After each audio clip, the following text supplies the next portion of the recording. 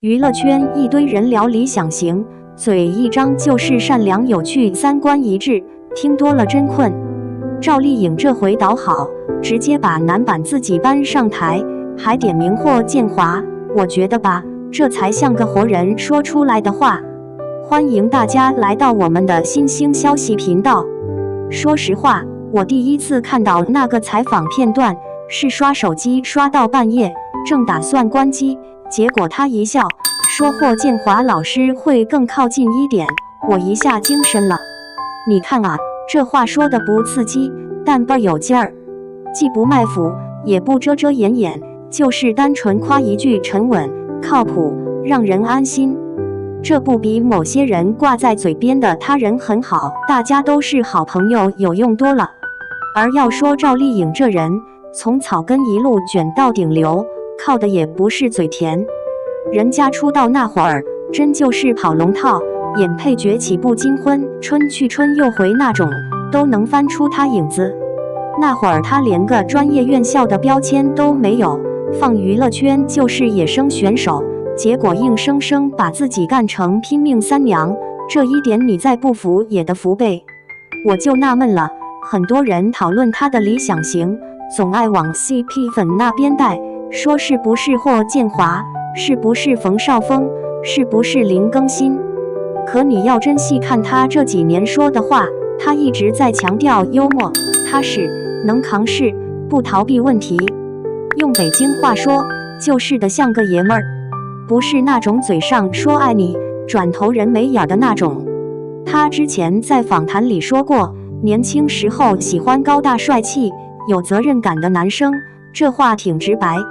谁年轻时候不花痴个脸啊？人之常情吗？而这几年你再看，关键词慢慢变成男版自己能一起扛生活，既能享受精致，也能接受平凡，这就有意思了。他把择偶观一点点从好看好浪漫调成能过日子。而霍建华被他点名，我觉得吧，不是磕 CP， 更像是一个职场女强人，公事公办评价同事，沉稳、靠谱、照顾人。这一听就知道片场相处过，踩过点。有网友说他太会说话，我反倒觉得这种评价一点不油腻，甚至还带点小心防，既不多说一句暧昧的，也不给你留下炒绯闻的空子。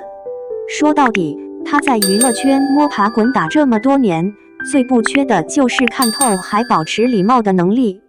你想啊，这行里多少人靠人设活着，今天人间清醒，明天恋爱脑，过2天佛系躺平，标签换的比剧本都快。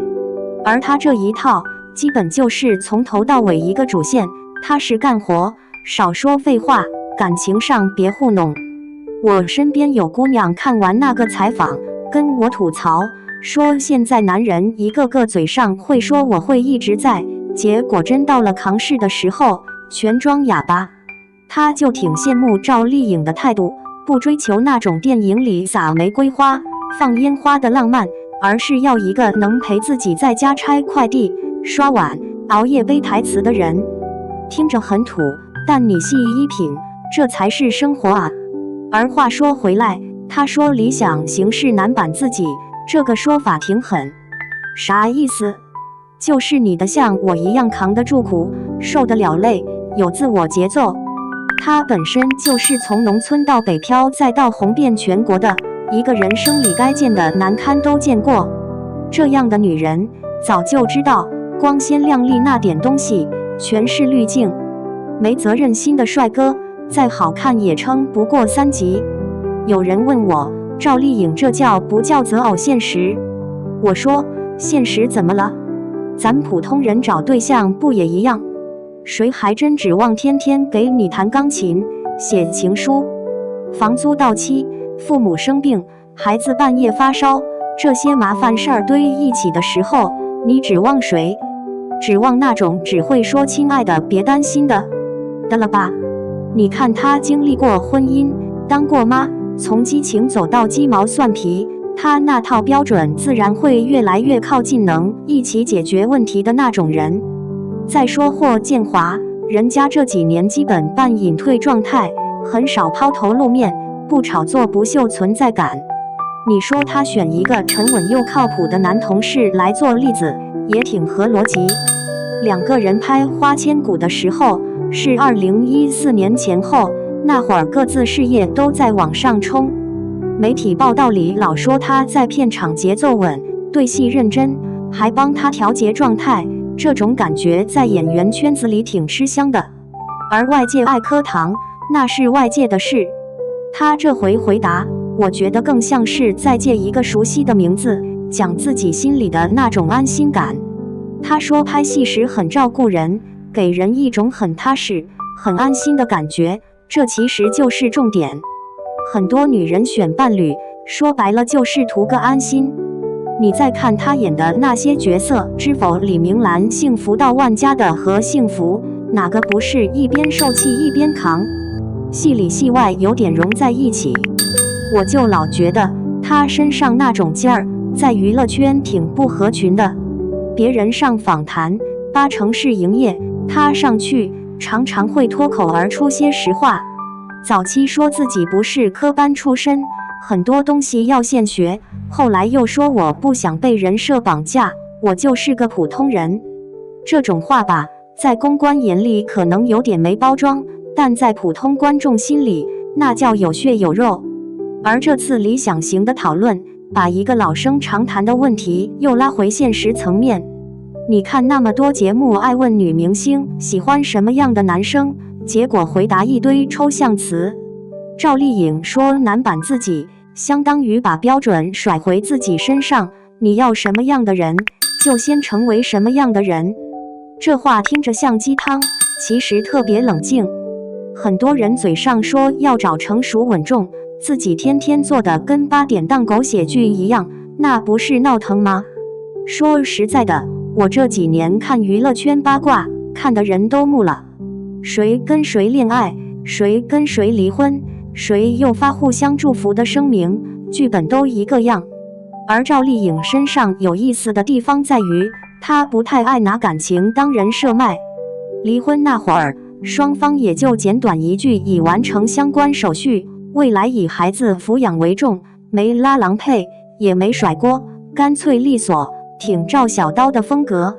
而这样的经历，反过来又把他对理想型的要求抹得越来越清晰。他知道生活不是偶像剧，谁能熬夜陪你背台词，谁能不嫌你素颜睡眼惺忪，谁能接受你一会儿在红毯光鲜亮丽，一会儿在片场摔泥巴滚的这两种状态，才是真正的难点。娱乐圈的浪漫镜头太多，他反而没被冲昏头，这点我挺服。我有次采访一个圈内编剧，他跟我说过一句话，女明星越往上走，越不缺爱她的人，缺的是敢承担的人。当时听着觉得有点矫情，现在放在赵丽颖这段话上，还挺对味儿。她要的不是你很漂亮，我好喜欢你，而是你这么忙，我能不能把家里这摊儿多扛一点？你说这东西浪漫吗？一点不浪漫，但特实在。说到底，我觉得他这次提理想型有2层意思。一层是给自己打气，我这么拼，这么爱钻牛角尖，也希望有人跟我一样，在生活里不轻易服软。